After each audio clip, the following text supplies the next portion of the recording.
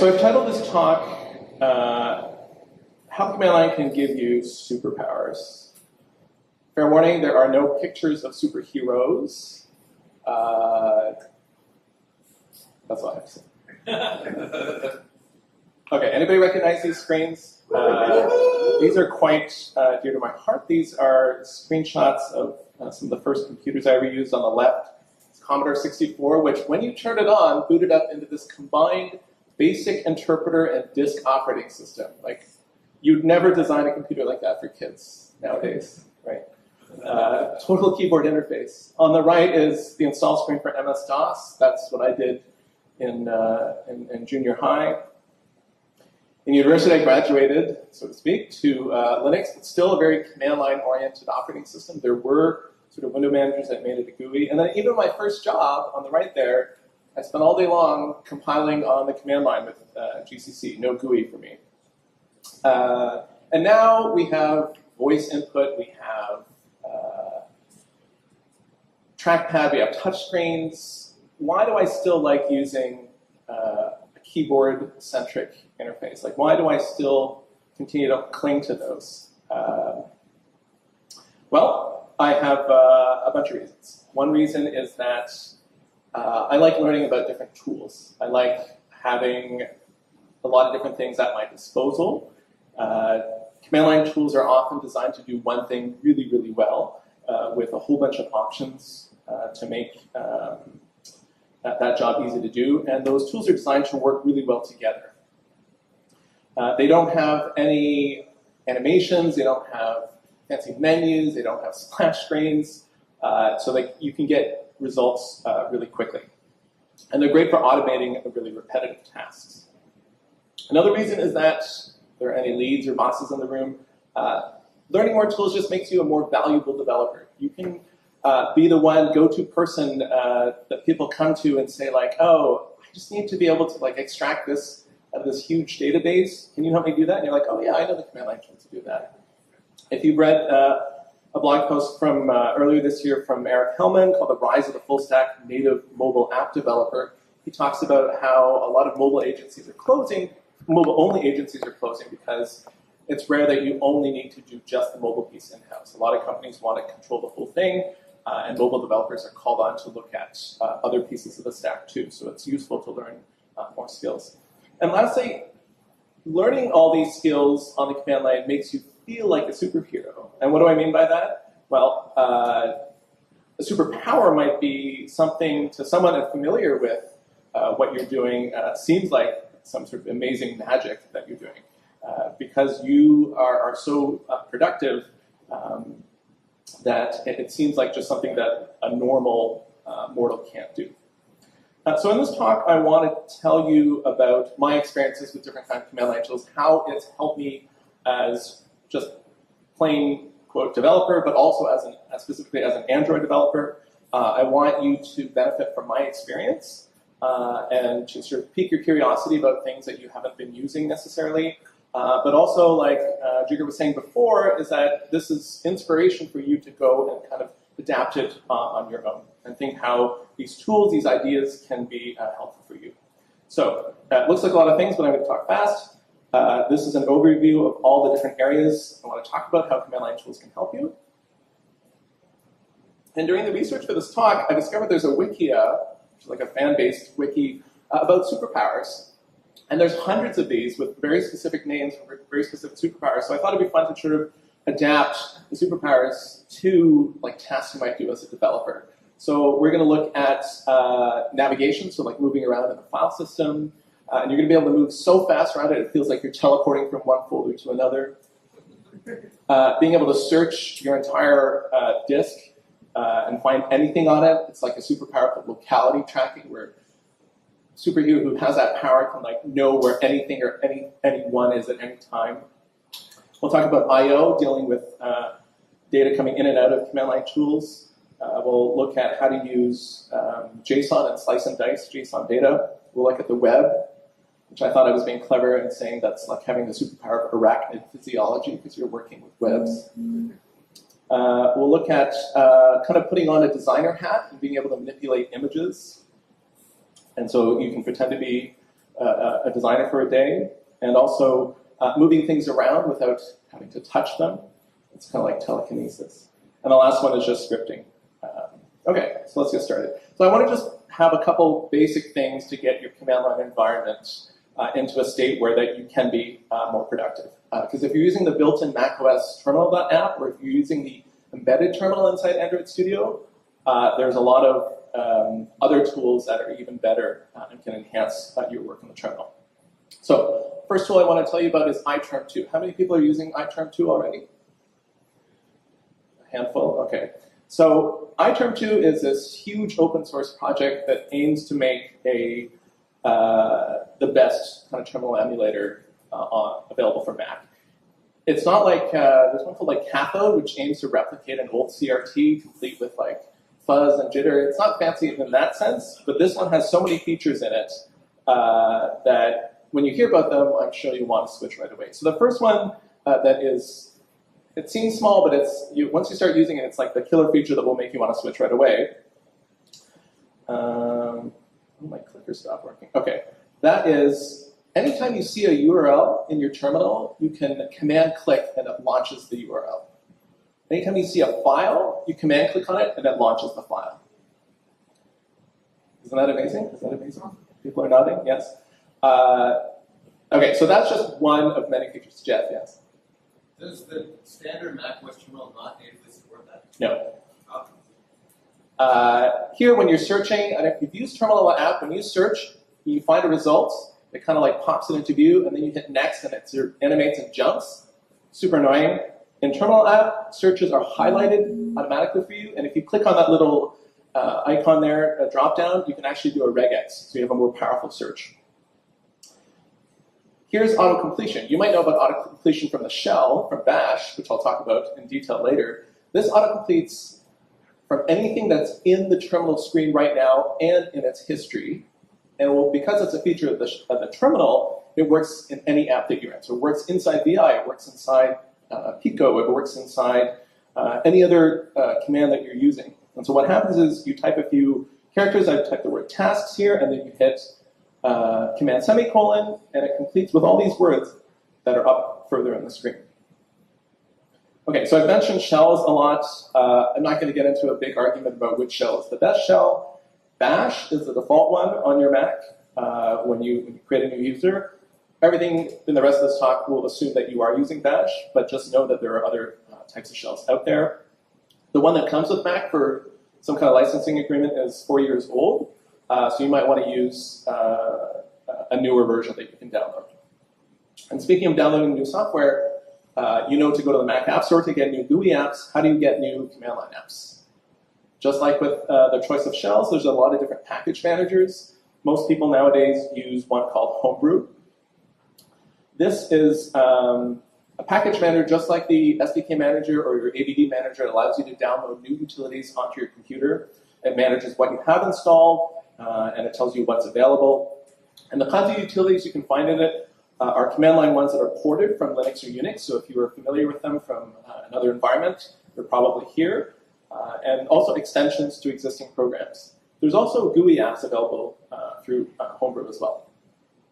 So once you've installed Homebrew, the commands that you use most often are probably install, update and upgrade. Update just self-updates brew, so it knows about all the latest versions of packages. Upgrade actually performs the upgrades. When you install, a whole bunch of text will fly by, and at the end, we'll have some caveats and post-install instructions. Please read those. Often, whatever you installed will not work until you follow those instructions, and it doesn't automatically do it if it's not safe to do so, or you have to make a choice.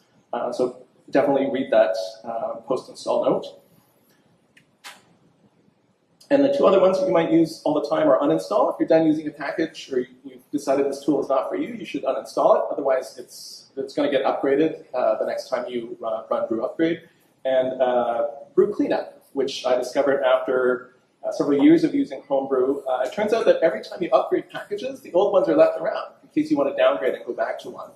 And so all those old packages add up to several gigabytes of unused space. So brew cleanup just deletes all the old versions. And I found out while doing research for this talk, you can actually set an environment variable so that the old versions are not kept around by default, so you don't have to remember to run cleanup every so often. Okay, so I mentioned I talked a bit about completion. So completion is the thing where you're in the shell and you're typing like CD, and you have this huge path to type. You can just hit tab, and it starts filling in with possibilities that make sense at that time. Tab completion, well-designed tab completion should be context sensitive. Not only will it complete a command that you just start typing the name of, but also subcommand. So if I start typing like ADB, and then you can say ADB install, ADB uninstall, ADB devices, it should start to know how to complete after it sees ADB, but the only thing that makes sense after that is one of the subcommands.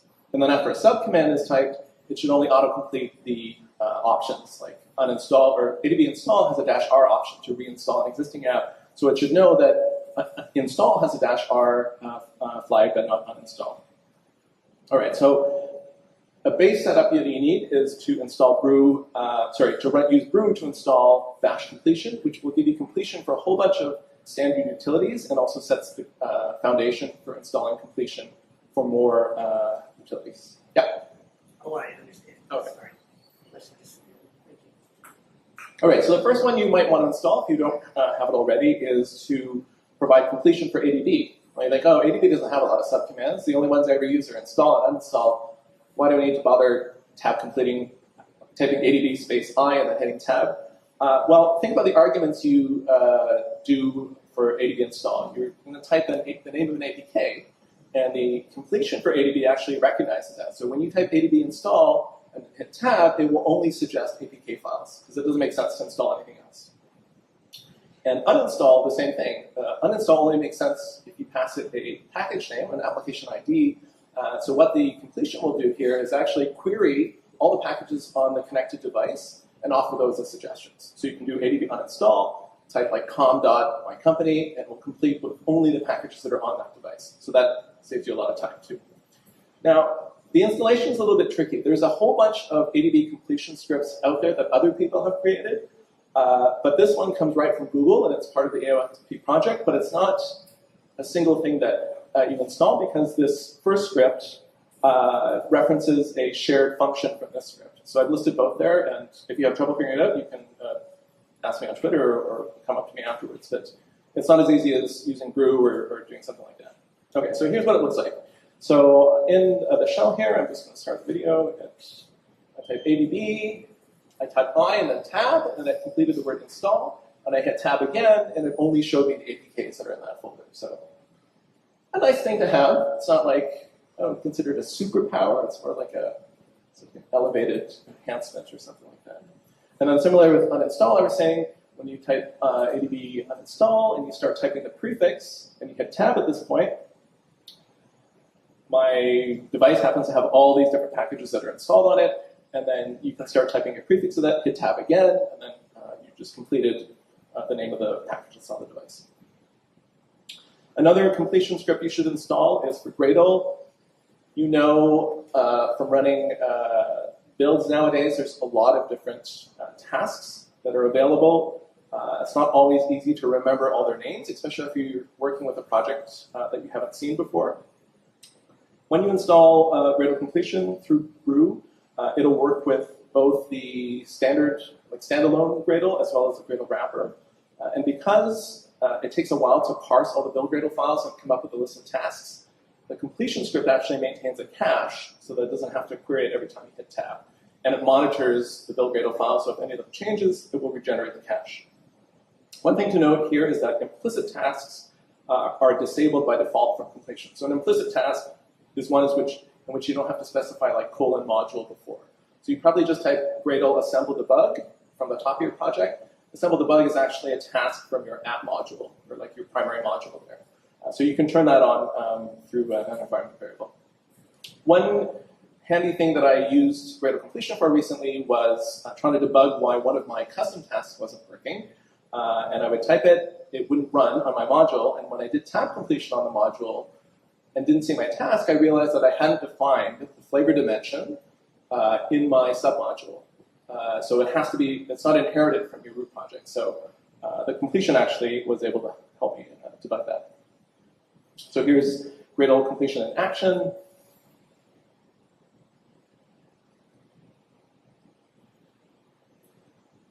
So notice that it can, I've enabled it so that it can complete both the implicit task, where you don't have any module at the top there, and also for the ones where I have specified this module called onboarding. Okay, so we've talked a lot about typing something like command line.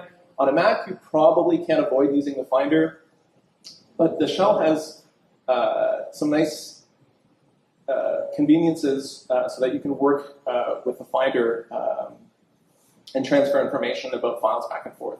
So to get information into Finder, there is a command line tool called open. And open is handy because just like in iTerm2, when you can command click on a URL to open it, when you type open and thing, whether it's a file name or a URL, it's as if you double clicked on that thing.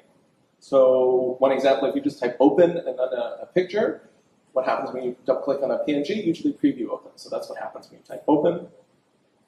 One that I use all the time is open dot. In the shell, dot means your current directory, and open dot will actually open a Finder window with that directory opened in it. So that's often helpful if I'm in a folder and I see a file and I want to use quick look or something, or that I know that preview doesn't handle it, or I just want to see the enclosing folder. You can do open dot, and that fires up the Finder window. One option of open is the -R, and that's instead of double clicking on the file, it's open the folder that has this file and highlight that file. So how is this useful? Well, maybe you want to send a file to somebody. You're in a really big folder. You can open the containing folder. The file is already highlighted, and then you can just easily drag it into an application like Slack. So that's what I did in this example here. I'm opening this download folder, the file, and enter. It opens the folder that contains it, highlights the file, and I can just easily drag and drop it into another application. Last one I want to talk about is open-A. So maybe using Sublime, using Atom, some other text editor. So you don't have any specific handler set up for your Kotlin and your Java files, or you want to open a different one all the time, or you always want to open Java files in Android Studio. What you can do is define a function and pass -A to open that says, always open this argument in this app. So how this might be useful is you could type AS open in any Kotlin file or any Java file. And this command open-A will tell Android Studio and pass it this file and ask it to open this file for you. So if you create this alias, you create this function in the shell, you have a quick way to always browse source code in your editor. But you can think of different ways you could use open-A. So that was getting information into Finder. You can get information out of Finder too. It's as simple as dragging and dropping. So anywhere you have a Finder window and you have a file, if you drag that file onto your terminal, the full path of that file gets written into the terminal. If you drag more than one file, all of them will be written into the terminal, space separated. And how is this useful? Well, one thing I do is I keep around a whole bunch of production and debug APKs from my previous releases so that I can do regression testing and things like that. What I can do is, in the shell, if I want to install one of those, I do adb install, I find the APK I want, and I just drag it. So here's an example of just a different way of doing something, because I already told you about being able to just tap complete from the APKs. But sometimes you're not in the folder, or maybe the APKs are all over the place, or you have a folder where you have APKs for one app and another folder for a different app. It's just a different way of not having to type as much in the shell. It doesn't have to be from a Finder window. It actually works anywhere in the dock. So your downloads folder will work. It will work from the recents folder on the side and the Finder window also. All right, so now those were sort of all the basic enhancements to your shell, or your life in the shell. And now I want to give you like the really superhero type of stuff. Okay. Not a typo, CD is not a superpower. CD is just like the most basic shell thing that everybody learns to use. It allows you to navigate your file system. I just want to point out things that kind of frustrate me when I pair with other people. You don't have to raise your hand, but if you type CD path, like the first part of the path, and you hit enter, and then you type CD, and then the next part, and enter, and then CD, and keep going down like that, there's a much faster way. You don't have to type CD all the time. You can just type the path separator, and that is one CD command instead of multiple. Conversely, if you are in like a really deep folder, like I am there, under a project, source name Java, and then you go to some other folder to do some work, look around or something, and you're like, oh, I have to get back there, and you type all the whole path back to there, you don't have to do that either. You can just, you can see at the very bottom here, hit cd minus. Minus takes you back to the previous folder that you just cd'd from. So again, it saves you a whole bunch of typing. But what if I told you there was a way that you can avoid cd completely? What if there was a smarter tool that didn't require you to type so much that it would remember the folders that you use frequently and sort them based on a weird metric called frequency, which combines frequency and recency? Well, those actually exist. Not only one tool, but there are 3 separate tools that claim to do all this. Now, I list all 3 here because as part of my research and a part about like learning more about tools, I found out about FAST. It's FASD, but it's pronounced FAST, and also Z. AutoJump is the one that I've been using for a while now, which somebody else introduced me to, so I'm going to do some demonstrations about that. But I'm going to definitely look at Z and FAST because they have even more features and are even better designed than AutoJump. But I'll show you AutoJump because that's the one that I know how to use. Okay, once you've installed, did I tell you how to install AutoJump? Yeah, you can just install all 3 of these with Homebrew. Definitely, if you're not using Homebrew, you should definitely install Homebrew because almost everything I talk about in here can be installed through Homebrew. So once you've installed AutoJump, the alias it's set up to is called J, and you just type J folder.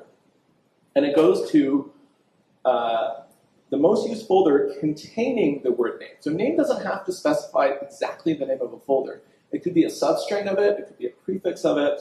The caveat is that you must have cd'd into that folder once before so that J knows about it. J doesn't go around and find folders, it has to know about it before. So as long as you've cd'd into it once, ever, J will know about it. And every time you use J, it knows which folders you go to all the time, and it starts building this recency list so that the ones that you go to all the time, if they happen to match, if there's more than one folder that matches name, the ones you use all the time is the one that you'll visit first. Another related one is JC, which goes to a subdirectory containing name. So if you know it's somewhere down there, you can just type JC in the path. So for example, in your Android projects, you might have a bunch of modules. They all have the same structure, convention, source name, Java, whatever. If you just type JC and then Java from one of your modules, you'll jump down to that level, or JC and then layout will get you down there. And it also supports tab completion. So remember I said that it only jumps to the most recently used one. Well, if you know that what you type, like for example, the source folder, there's a whole bunch of them that you use all the time, what you can do is you can tab complete, and you'll see what happens here. It actually shows you, so I've jumped into the architecture folder here. I'm going to tell AutoJump about a folder by cding into it first. So I'm going to go down, and I think I'm going to come back up here with minus, which we just learned about. And now I can say J to-do app because I've already gone into that, but it also knows about a bunch of other to-do apps here. And then it prefixes these with a number. So all I have to do after I hit J and then tab is hit the number of the entry that I want, and it will jump to that folder. Notice also that the to-do app isn't necessarily a full string. There's some other folders here that happen to have the letters TODO, APP in them that also get completed. Okay, so that is super useful. If you spend any time in the shell, you owe it to yourself to install one of these tools that help reduce the amount of typing you have to do as you're navigating fonts. All right. Now, our IDE that we all use, Android Studio, has a great feature called Search Everywhere, which allows you to look at all your project files for symbol names, and it even searches itself, right? You can find actions by name. And there's also find in path. So you just find files that contain a text string that you search. But drives are really big these days, 500 gigabytes, 1 terabyte in your machine. It's easy to actually misplace a file that you might not be able to find again. Maybe you want to search other Android projects, not the current one that you're in. Or maybe you really did lose a file and you have to search your whole disk. Well, how do you do that? You may have heard of a tool called grep. I'm not going to talk any more about grep because, again, there's way better alternatives than just grep. These are just 2 of the most popular ones. There's actually 5 or 6 different ones. The one I'm most familiar with is called the Silver Searcher, which I think is a pun on a superhero, so that's a nice tie-in here. Silver element, the symbol is 8G, so that's actually what you type to use it. You can get both oh, and the other one is called ripgrep. You can install both through Brew. Ripgrep, again, I found through research doing this talk. Again, it's even better than the Silver Searcher. It's faster. It works on non-UTF-8 encoded files. As more customizable. I won't talk about that because I don't know anything about it yet, but it's definitely something I want to look into. But I'll show you how to use the Silver Searcher. It has support for file types. So say when you use something like grep and you say, like, just search all these files, but you know it's in one of your source files, or you know it's in one of your XML files. You don't care about the other ones. With the Silver Searcher, you can actually say, restrict my search to Kotlin files, restrict my search to Gradle files, restrict my search to JavaScript files. And it even bundles, like, it knows that JS and CSS and HTML are all like web type files. So it can build groups of file types. And by default, it will ignore files in your .gitignore. So how many times have you run a search and it's found a match inside your .class files? You don't care about those most of the time. And they're probably, your entire build folder is probably in your gitignore. So when you use this by default, it's not going to look in those places. But you can turn that off if you definitely want to look for something in a binary file. Binary also, ignored files include binary files like images. But if you're looking for metadata in like a JPEG, you can also turn on a flag to say, look in those binary files too. So super easy to use AG. It works a bit like grep. You type AG and then a string, and then it just goes its business. It looks from the current folder down and finds all the occurrences of it. And by default, that has nice things like color, and it highlights these matches, puts the name of the file that it found it in, and also a line number. Very much the same as grep if you've used that before. Notice that we found matches for the word refresh, not only as whole words, like in the strings.xml, but as a substring in this file here, like swipe refresh layout. If you want to get a little fancier, you can do an argument like -w, which only matches a whole word. So we're not going to find swipe refresh layout, because that's a substring in the middle of it. Then you can also specify file types that I talked about. So in this example, I'm saying, look for the word refresh only in XML files and only as whole words. And now we've reduced the number of results coming back. Where is a practical use case for an Android developer of being able to search files like this? Well, if you've installed the Android documentation offline, and you've said, oh, now I have my own local copy, it's going to be really fast to load. Ever tried to use the search? Turns out that the search doesn't work locally. It definitely hits the network. So this is a problem if you're on a plane and you didn't pay the $15 to use the Wi-Fi, you want to search your Android documentation, well, AG to the rescue. So here's how you can use that. So I'm going to look in the Android docs, and I specified string, and I've also used the feature of iTerms that I can click on the URL that came up, or sorry, the file that came up to launch and open that file. So that was so cool, we're going to launch it again. Oops.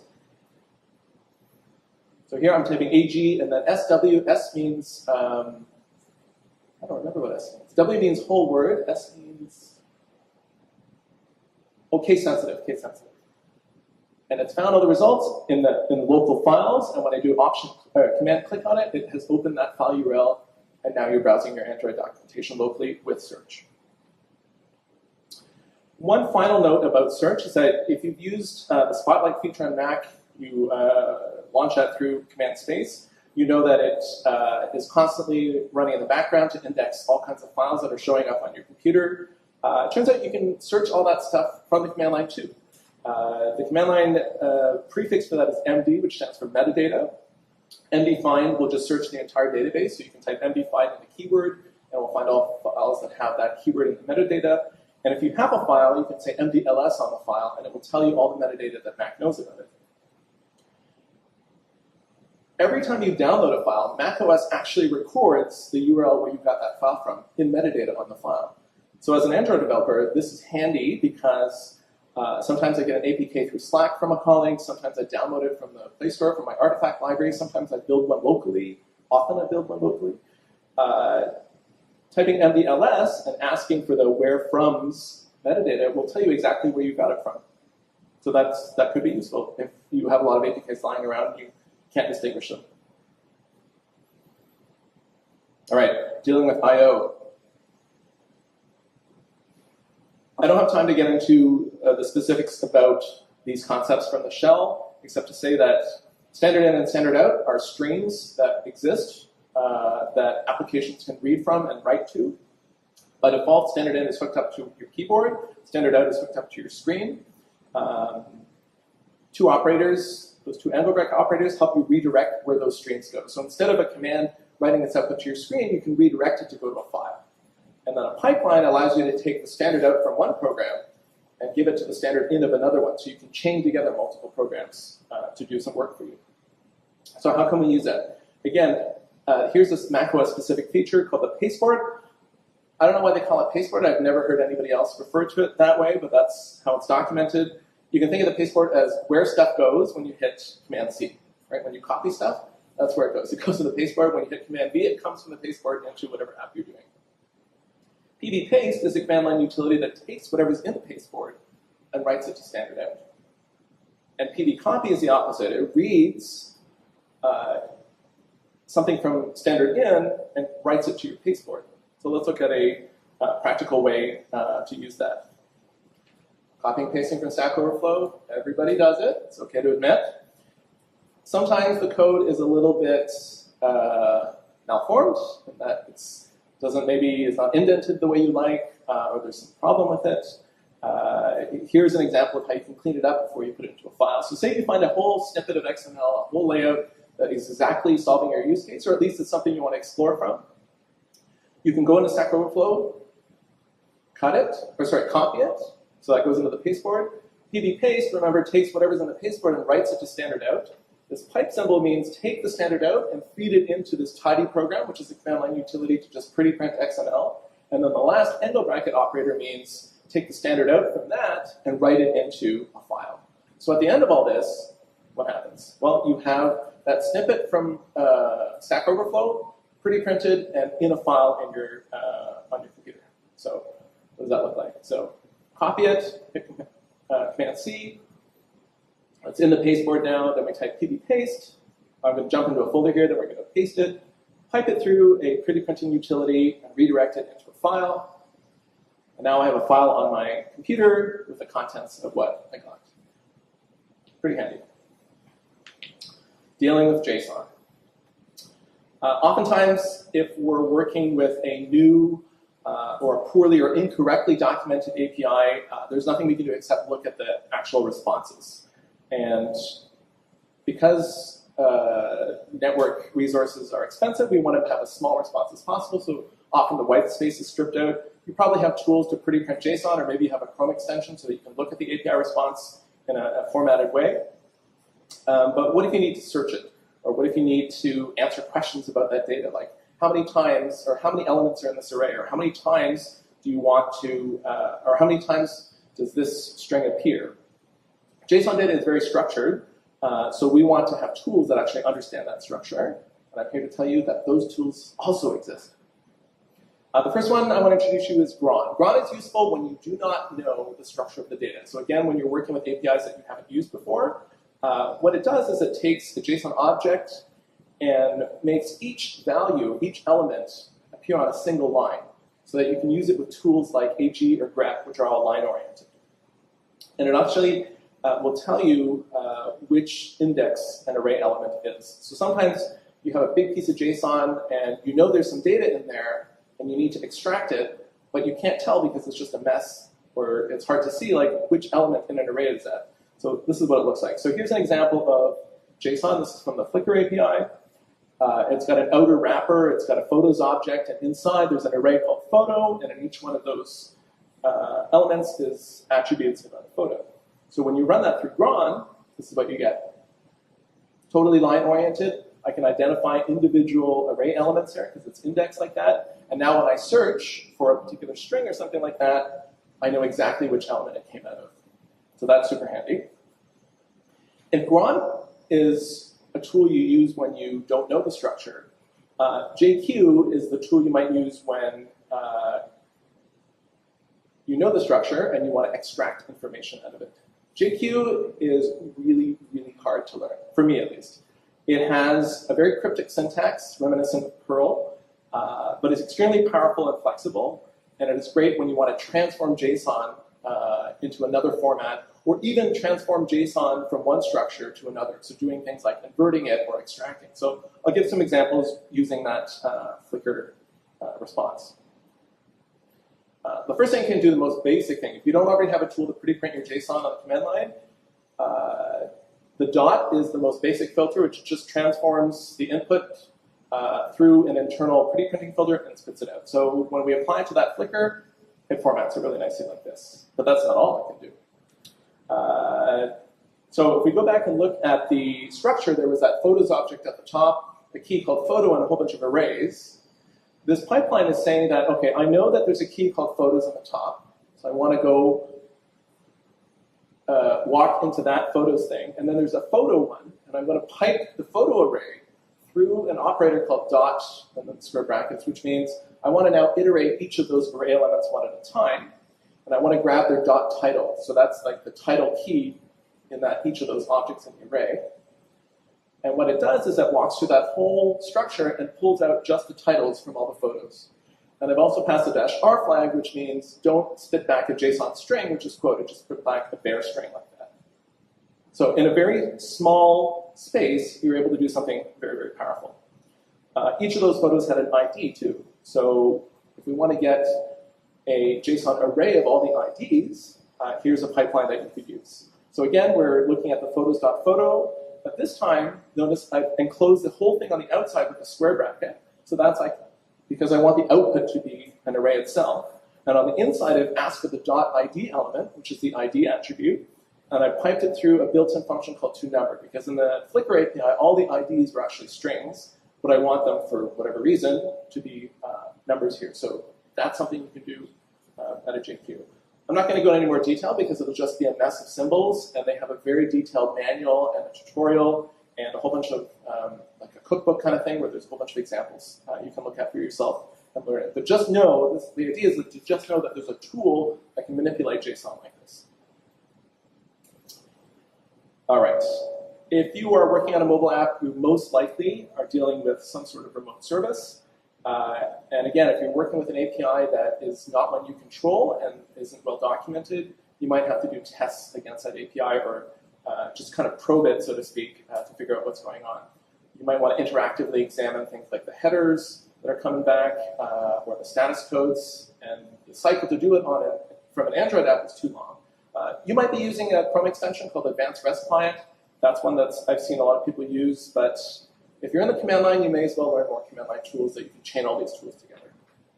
So curl is perhaps the most comprehensive client for dealing with websites. But it's not just websites. It deals with anything that has a URL. So it supports protocols like SMTP, real-time streaming protocol, IMAP, FTP, Telnet, Gopher, protocols that not a lot of people are using, but it still understands how to construct requests and understand responses. It's actually built in to your Mac. You already have it. But if you want the latest and greatest one, you can get that through Brew also. And they just finished a book about it. So previously, it was just like a man page or a web page, but there is now a book that sort of introduces you through all the different parts of curl. So the easiest way to use curl is just to pass it a URL and add the -- include argument. What that does is does a get on that endpoint and then includes the response header so you can see what's going on. So I've used an example here from the Icons 8, their API. You can tell right away that it's actually talking using the HTTP 2 protocol. Something interesting here that I had a cache hit, that this was a request I had made before. You know how long this response is supposed to last for from the cache header, and also any response that I gave at the bottom here. So this is handy because I could just easily change some aspect of the query parameters or add things or change the body without having to do a whole deploy cycle on my device. I can just play around with these. And if I have my terminal set up, I can also record all the responses I've been getting inside my terminal in the history. Another way that I've used curl in the past a lot is whenever you're debugging push notifications. So nowadays, Google is, everything else is deprecated except Firebase cloud messaging. The way that you typically set it up is you have an app server that talks to Firebase cloud messaging. Depending on whatever happened, like a new article was published or somebody sent a message, your app server knows about that and then generates a push to send to Firebase servers. Well, the app server is just speaking HTTP. I think, to be pedantic, it also speaks XMTP too, but so curl is an HTTP client, and so curl could actually generate those messages to trigger a push notification. And this is super useful when you're debugging, like, say, the UI side of the push notifications, and you want to just, you don't want to have to trigger whatever server event it was, like sending yourself a fake message or generating a new article. You just want to send the push and construct the body of that. And the Firebase docs actually describe exactly how to do this, but I'll give you a quick review of how to do that now. So it looks like a lot of stuff, but it's not really that bad. So there's an endpoint that you use to send your push notification messages. You have an authorization header. So this key you can get from your Firebase console. It's called the legacy server key. And then you just have to tell it that you're passing JSON. And I use that legacy server key, even though they say it's kind of deprecated, because otherwise you have to deal with OAuth. And anytime I've had to deal with OAuth in the past, it's been bad news. So if you can avoid it and just specify a single key and not have to sign your request and anything, that's even better. Yeah. The last cool thing that I did just this past week that I thought I wanted to share is that curl can also be used to help you write some Kotlin code, or write some Java code, or write C# code. When you have an API that isn't documented, or it doesn't have an SDK, you're going to have to build the data model yourself, because when you parse it, you're going to have to get back your native objects. So the idea here is that we're going to use curl to get a sample response from a remote API, and then put it into this website, and that's going to generate the code for us. So this website's called QuickType.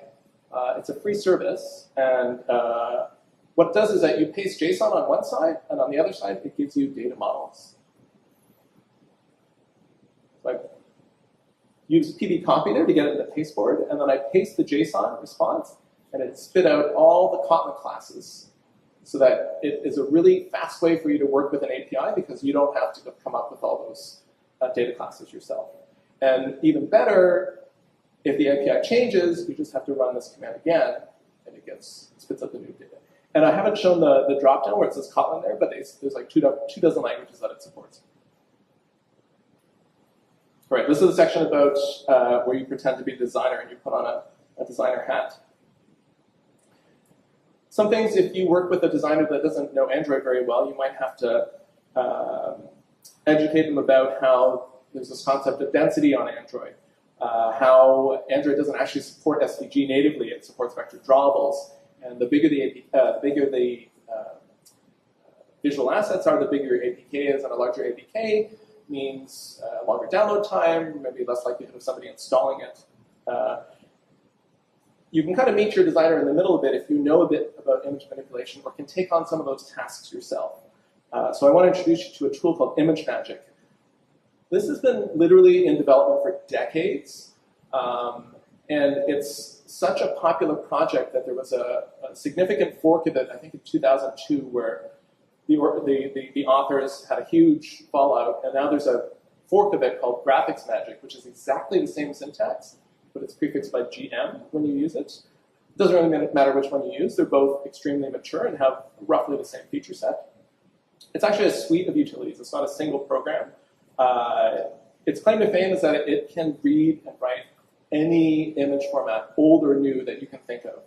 It can handle it, and it can apply any kind of transformation. So when you think of transformation, you're like, oh, it can do cropping, it can do mirror, it can do like enhance the brightness or something, but there's so much more. It's a full programming language for generating images and manipulating them. So you can get that through IMAGemagick. And the way to learn it is not to study the man page, like the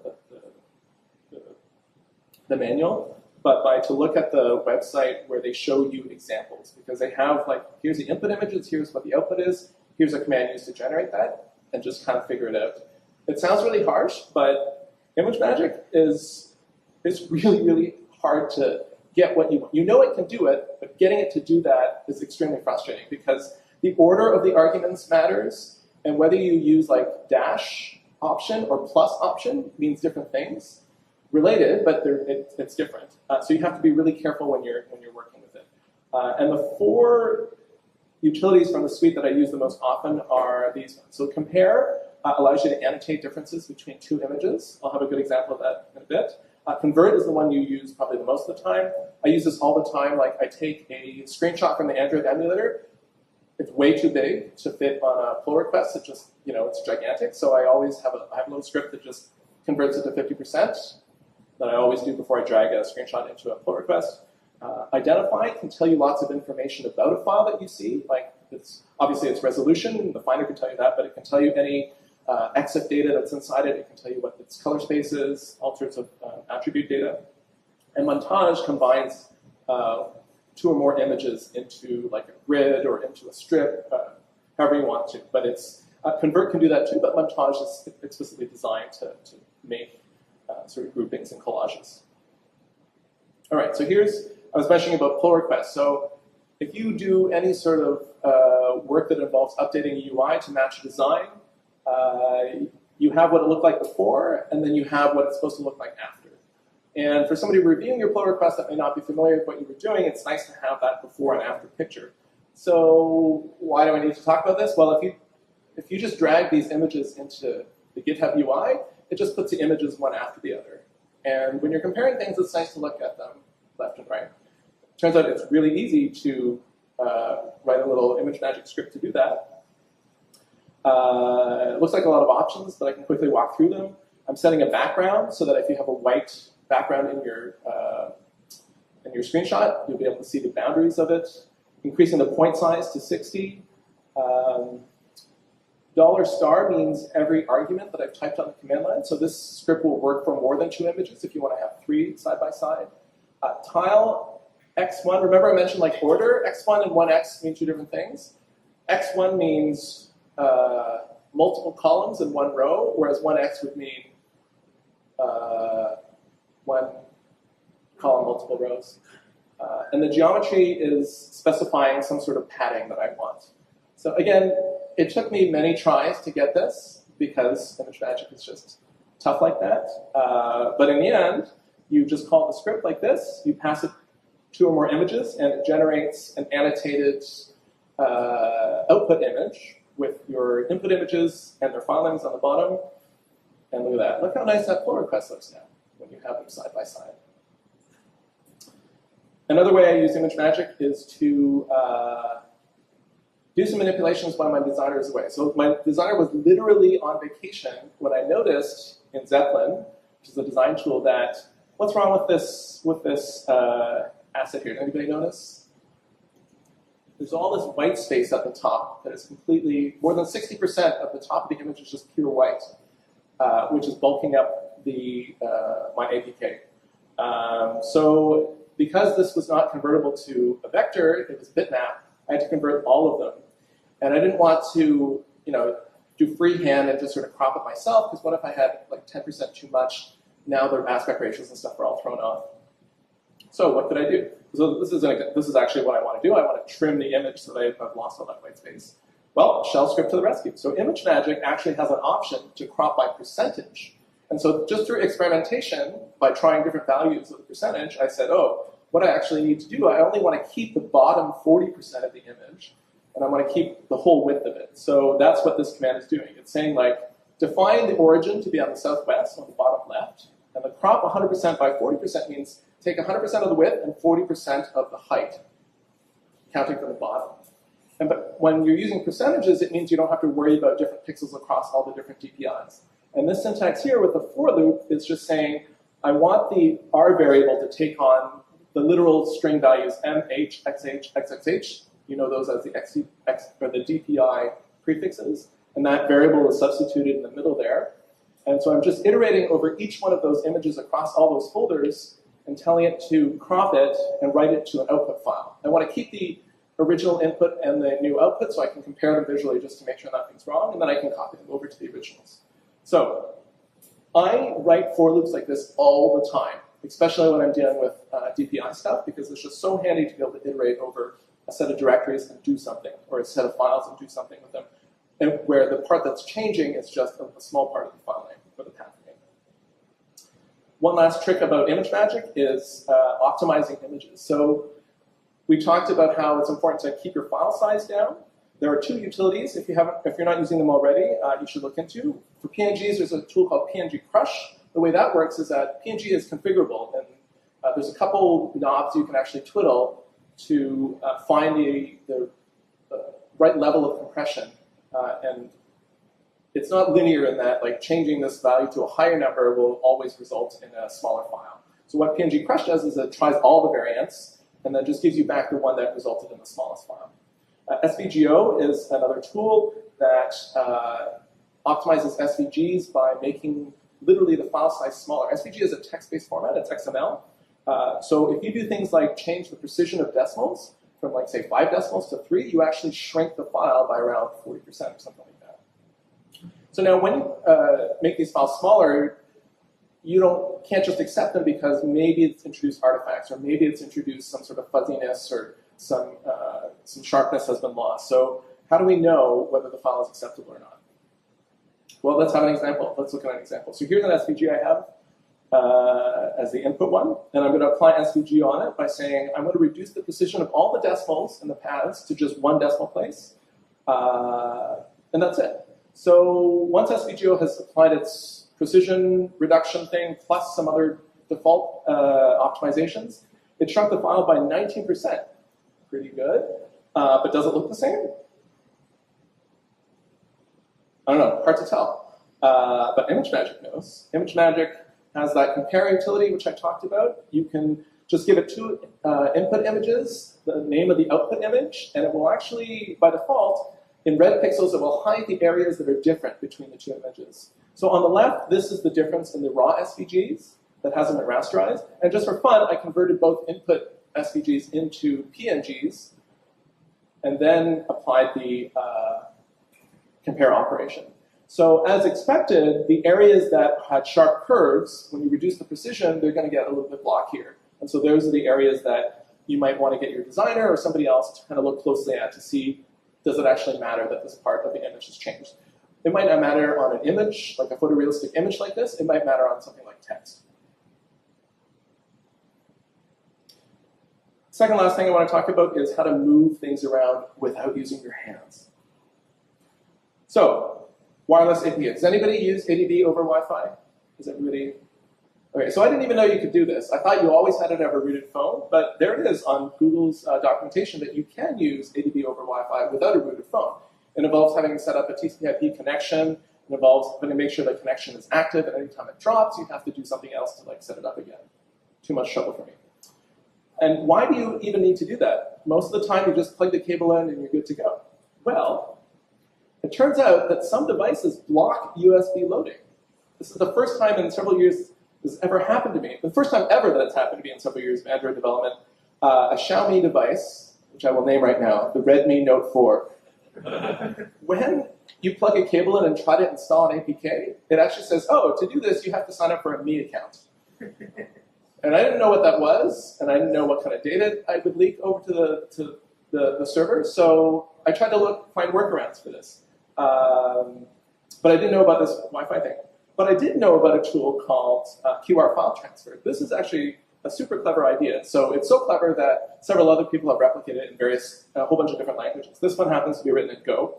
What it does is that you pass out a file on your computer, and it starts a web server with a randomized port and path so that somebody else on your network can't just like steal files off your computer. And then it makes a QR code show up in your terminal that points to that file. And so as long as that program is running, the web server is running. So what you do now is you take your phone, turn on a QR scanner, and it goes to that website, which happens to be on your computer, and on the other end of it is your file. And so this is what it looks like when you run it. And it actually uses ASCII art, which you thought was dead, but it's still very much alive, to generate this QR code. And believe it or not, this will actually scan on your phone because there's enough error correction in the QR stuff that this will actually work. And you notice this has not returned back to the prompt because the web server is running until you hit Control-C or until you've downloaded the file. This is not my video. This is from the author about scanning code to transfer a PDF onto this machine. But there's like the download dialog from Android, and there he's copied this PDF from his laptop onto his phone. Okay, final thing. I'm over time already. I used to have to debug an app a lot that had a login screen. And we didn't have a local server set up, so I actually had to log in with real credentials. It wasn't mocked out or anything like that. Now, I already knew about these 2 ADB commands, which are super handy. You can, from a connected device or an emulator, if you type ADB shell input text and text, it will send it as if you had typed it on the screen. You can also do ADB shell input tap, which will cause a tap to happen on the screen. So this is kind of useful, but it's more powerful when you group these into a shell script. So that's what I did. I wrote a little login script, which is super naive. If you follow through what it's doing here, it's saying $@ just means all the arguments that I passed on the command line. And for each one, so field is just the for variable there. For each one, type the text that I've specified on the command line, and then hit enter. So if you can imagine what the Android UI looks like at this point, you have a text field, another text field, another text field. As long as your tab order is correct, what this is going to do is going to type the text in that field, hit enter, type the text in the next field, hit enter. Keep going until you've gone through all of them. And at the end, tap at coordinate 76050, which happens to be the top right corner of a HDPI device. So this is the way you can script login when you can't automate it any other way.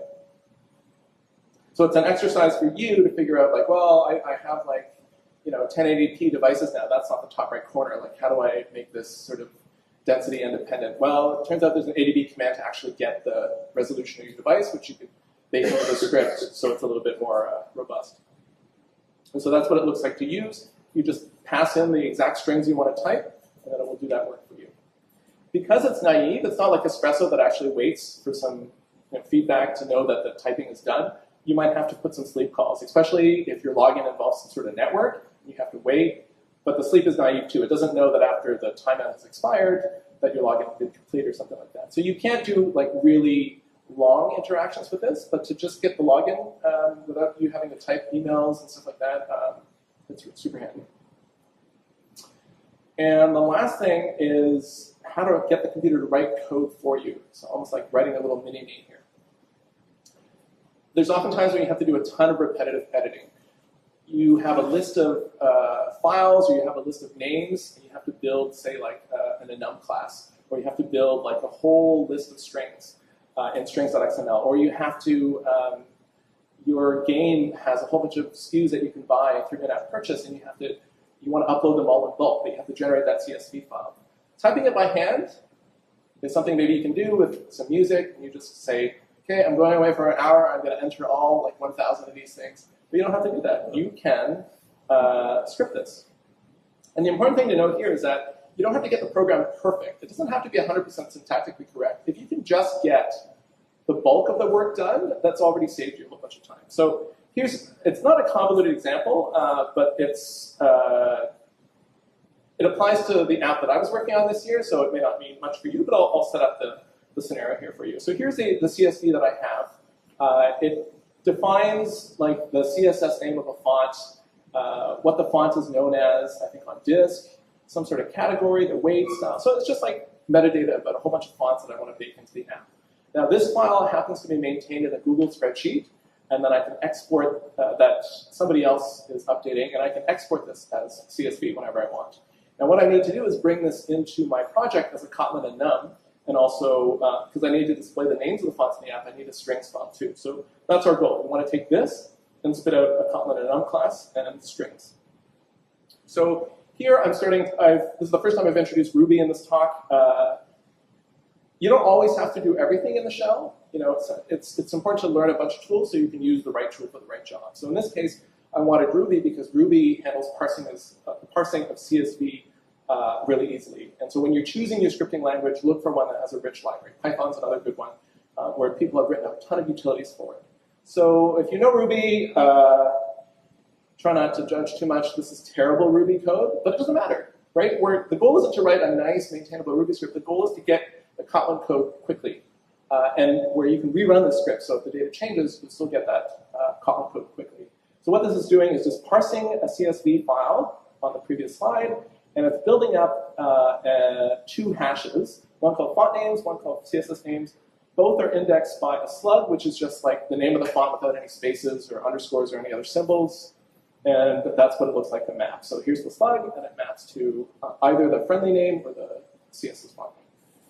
Okay, so now the code to actually generate the Kotlin enum is mostly just string formatting. So what does a Kotlin enum look like? You need the enum definition at the top. And then underneath it, you have all the different values in the enum. And I'm not going to have you read and try to understand what this code does. I'll just show you what the output is supposed to look like. But the important things to note here is that I can have like fixed pieces here. I want a companion object at the bottom. But the meat of this method is this sort of the font names.keys.map. That's saying like for each of the names in the fonts, do this operation. And the operation returns a string that I append to this sort of running variable that I have called val. And at the end, I write a comma and a semicolon to close off the values in the enum, and then I just spit it out at the end. So this is what that little snippet of Ruby did. So it took that input CSV file and it's generated this enum. This is not a complete file that I can just drop in my project because it's missing a couple imports for the R and I think the package name and stuff. But it doesn't matter. You can type those by hand. But if you had 100 or 200 or 1,000 fonts here, this would have executed in under a second, and then you're on your way. Another idea, which I just alluded to, is if you have to generate a list of the SKUs to upload to the Google Play Billing API, you can have a very similar script there. You might have a list of all the products and the data about it. You can just build that CSV output format. Okay, so my last slide is just about if I've piqued your curiosity, if you're interested in learning more about the shell, what should you do from here? There's more than 4,000 packages in the Homebrew repository, and there's no exact number because on any given day, dozens go into the repository and dozens come out, depending on how people are reorganizing or who has a maintainer or who's doing that. But there's so many more utilities out there for you to explore. Read the documentation of iTerm and Bash. I'm barely able to touch the surface of what you can do with these tools, but maybe there's one killer thing in iTerm that will make you want to switch. So have a look at the docs even before you install it. I'm a big fan of coding in a text editor that is keyboard oriented. So I mean, I do use Android Studio like 90% of the time, but if I'm editing one of these scripts, I'm not doing it inside Android Studio. I prefer like a keyboard oriented text editor. Pick up a high-level scripting language, whether it's Ruby or Python or something like that, because Bash lets you write little programs, but there's not a rich library of things like parsing CSV or parsing JSON, which Ruby and Python have out of the box. So that's the end of my talk. I hope you found at least one thing that you thought, oh, I gotta go try that out. That's going to help me develop, be a more productive developer, so that I feel like a superhero. And if you have more questions or you have trouble installing anything, my email is there, my Twitter handle is there. Okay, that's it.